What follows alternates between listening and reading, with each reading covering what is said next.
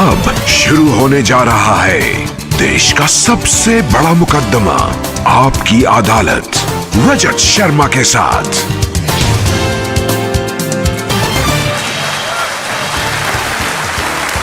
नमस्कार, आपकी अदालत में आपका बहुत बहुत स्वागत है। आपकी अदालत में हम ऐसे लोगों को इनवाइट करते हैं जिनको लेकर जनता के मन में उत्सुकता रहती है, जिनसे लोग सवाल पूछना चाहते हैं, जिनके बारे में लोगों के मन में क्यूरियोसिटी होती है।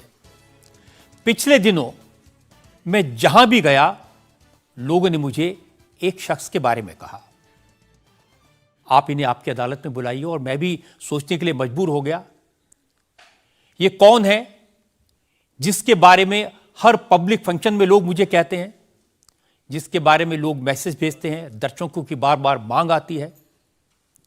पता किया, इनकी सोशल मीडिया पर काफी फॉलोइंग है। जब ये अपने घर से बाहर निकलते हैं तो सड़क पर ट्रैफिक जाम हो जाता है, लाखों लोगों की भीड़ इकट्ठा हो जाती है। इस शख्स को आपकी अदालत में आमंत्रित कर रहा हूं। प्लीज वेलकम बागेश्वर धाम के प्रमुख धीरेन्द्र कृष्ण शास्त्री।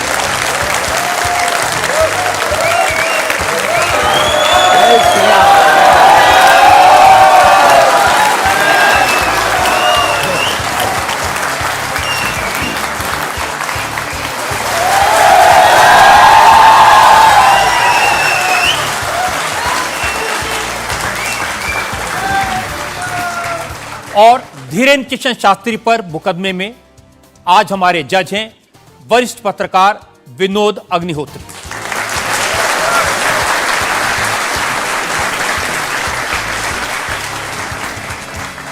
इससे पहले कि मुकदमा शुरू करें, इल्जामात सवालात का सिलसिला शुरू करें, आज के जज विनोद अग्निहोत्री की इजाजत चाहेंगे आज की कार्रवाई शुरू करने के लिए। इजाजत है मुकदमा शुरू करने की। और इससे पहले कि पहला इल्जाम लगे शास्त्री जी पर, एक नजर डालते हैं शास्त्री जी के लाइफ पर। आजकल पूरे देश में बागेश्वर धाम के प्रमुख धीरेन्द्र कृष्ण शास्त्री की बहुत चर्चा है। कोई उन्हें चमत्कारी कहता है, कोई उन्हें अंतर्यामी कहता है, कुछ लोग उन्हें पाखंडी कहते हैं, लेकिन धीरेन्द्र कृष्ण शास्त्री खुद को पक्का सनातनी बताते हैं। अब हिंदू एक हो जाओ, सनातनी एक हो जाओ, यही हम चिल्ला रहे हैं कब से। शक्ति का प्रभाव दिखाना यही हमारा उद्देश्य है। धीरेन्द्र कृष्ण शास्त्री का दावा है कि उनके ऊपर बजरंगबली की विशेष कृपा है। वो भक्तों का दुख दर्द सिर्फ अपने इष्ट तक पहुंचाते हैं। चूंकि भक्तों पर कृपा बरस रही है, इसलिए धीरेन्द्र कृष्ण शास्त्री का प्रताप भी बढ़ रहा है। उनके भक्तों की संख्या अब लाखों में है। धीरेन्द्र कृष्ण शास्त्री सिर्फ 26 साल के हैं। साल 2 साल में ही बागेश्वर धाम के पीठाधीश्वर के रूप में वे विख्यात हो गए। अब बड़े बड़े मंत्री और अफसर भी उनके दरबार में हाजिरी लगाते हैं। धीरेन्द्र कृष्ण शास्त्री सबसे पहले नजरों में आए जब संस्कार टीवी पर उनकी भागवत कथा दिखाई जाने लगी। फिर वो चमत्कार भी दिखाने लगे। 21वीं सदी के इस कथावाचक के वीडियो आजकल हर मोबाइल में है। बाबा इंस्टाग्राम से लेकर फेसबुक तक हर जगह छा चुके हैं। जैसे जैसे धीरेन्द्र कृष्ण शास्त्री की लोकप्रियता बढ़ी तो विवाद भी सामने आ गए। धीरेन्द्र कृष्ण शास्त्री का दावा है कि वो कोई पैसा नहीं लेते। जो उनके दरबार में आना चाहता है उसे सिर्फ हनुमान जी के यहाँ नारियल बांधकर अर्जी लगानी पड़ती है। धीरेन्द्र कृष्ण शास्त्री एक अच्छे वक्ता हैं।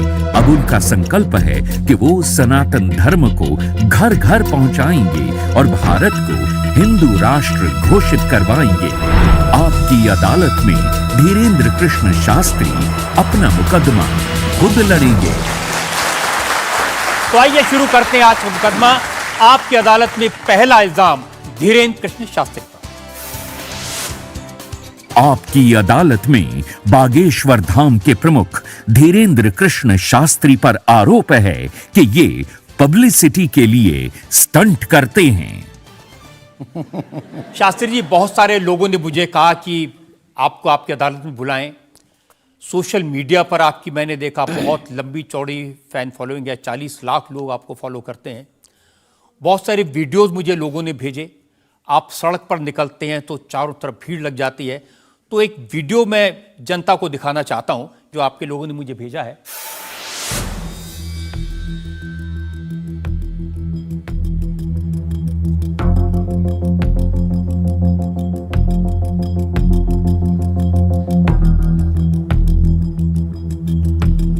तो ये वाकई में शास्त्री जी असली वीडियो है या पब्लिसिटी स्टंट है, बनाया हुआ है?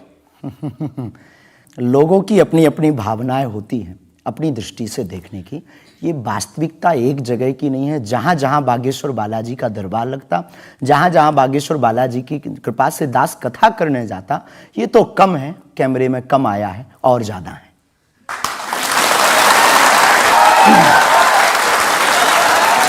लेकिन 26 साल की उम्र में इतनी चर्चा, इतनी पब्लिसिटी, ऐसा क्या है आप में? जिसका गुरु बलवान होता है, चेला पहलवान होता है। जो लोग कहते थे ईश्वर नहीं होते या भगवान नहीं होते, हमारी दृष्टि में इस छोटे से गांव से, गढ़ा गांव, मध्य प्रदेश के बुंदेलखंड में एक छोटा गांव गढ़ा है। गढ़ा में रहने वाला एक छोटे परिवार का बालक धीरेन्द्र कृष्ण अगर यहां तक पहुंच सकता है बालाजी की कृपा से, तो भारत का प्रत्येक व्यक्ति भगवत कृपा से कहीं भी पहुंच सकता है। आपने ये नहीं बताया कि यहां तक कैसे पहुंच गए हैं। ये जो लोग हैं, जो फॉलो करते हैं, जो आपके बारे में इतनी बातें करते हैं, ये क्यों करते हैं? क्या है आप में? बागेश्वर बालाजी की कृपा वो सब पर है। लेकिन आप अगर कहेंगे, क्योंकि आपसे जीतना तो बड़ा मुश्किल है, हम पहले आपको साफ कर दें कि चूंकि आपका नाम तो रजत शर्मा जी है, लेकिन हम आपको दयालु नाम से, क्योंकि हमारी भारतीय परंपरा में बड़ों का नाम नहीं लेते, तो हम आपको दयालु कहकर संबोधित करेंगे, अगर बुरा ना लगे तो। नहीं, आप कुछ भी करिए। वैसे हम आपके यहाँ आज मेहमान हैं, तो ये हमारा अधिकार भी है। तो दयालु जी, हमारे ऊपर, सबके ऊपर बागेश्वर बालाजी की कृपा है। लेकिन हमने अपने गुरुदेव की जो चरणों की सेवा की, उस सेवा के माध्यम से ऋषि परंपरा की जो मंत्र विधा हमको प्राप्त हुई है, वो हमारे पास एक ऐसी अनूठी है जिससे पूरा विश्व की मंगल कामना भी करते हैं। पूरा विश्व अपनी समस्याओं के समाधान के लिए गुरु के नाते बागेश्वर धाम चला आता है। शायद इसीलिए लोग हमारे पास आते हैं। मैंने तो ये देखा कि जब से आप संस्कार टीवी पर आना शुरू हुए और लोगों ने आपके प्रवचन सुने, उसके बाद लोकप्रियता बड़ी तेजी से बढ़ने लगी। हाँ, ये कह सकते हैं माध्यम है, परंतु देखो साधन है, साध्य नहीं। दरबार 3 पीढ़ी से लग रहा, हमारे दादा गुरु जी भी लगाते थे, हम भी 11 साल से लगा रहे। नजर आपकी आज पड़ी है अब इसमें, और हमें ये लगता है कि इसमें ये हमारी गलती नहीं है, देखने वाले की गलती है। बड़ी देर से देखा है हमें, हम तो पहले से ही गुरु कृपा से चमकदार थे। मुझे तो लग रहा है बहुत जल्दी देख लिया आपको, अभी तो आपकी उम्र ही कुछ नहीं है। हम उस परंपरा से हैं, जब 5 वर्ष की अवस्था में ध्रुव जी लीला कर सकते हैं, प्रहलाद जी लीला कर सकते हैं, तो हम 26 साल में क्यों नहीं लीला कर सकते? तो आपने क्या क्या लीलाएं की हैं? कोई ऐसी लीला नहीं की जिसमें हम फंसे, लेकिन आपकी अदालत में आए हैं, और आपके उसमें आप जो कह रहे हैं, तो हमारे जीवन में गुरु कृपा से जो जो किया सब सनातन के लिए किया, और केवल सनातन के लिए करें। लीला का मतलब ये, हम कोई ईश्वर नहीं है, हम कोई भगवान नहीं है। साधारण जैसे ये इंसान है, वैसे हम मानव हैं। हम में कोई अलग नहीं है, बस हमने अपनी परंपरा को ठीक से जाना, ये अलग है।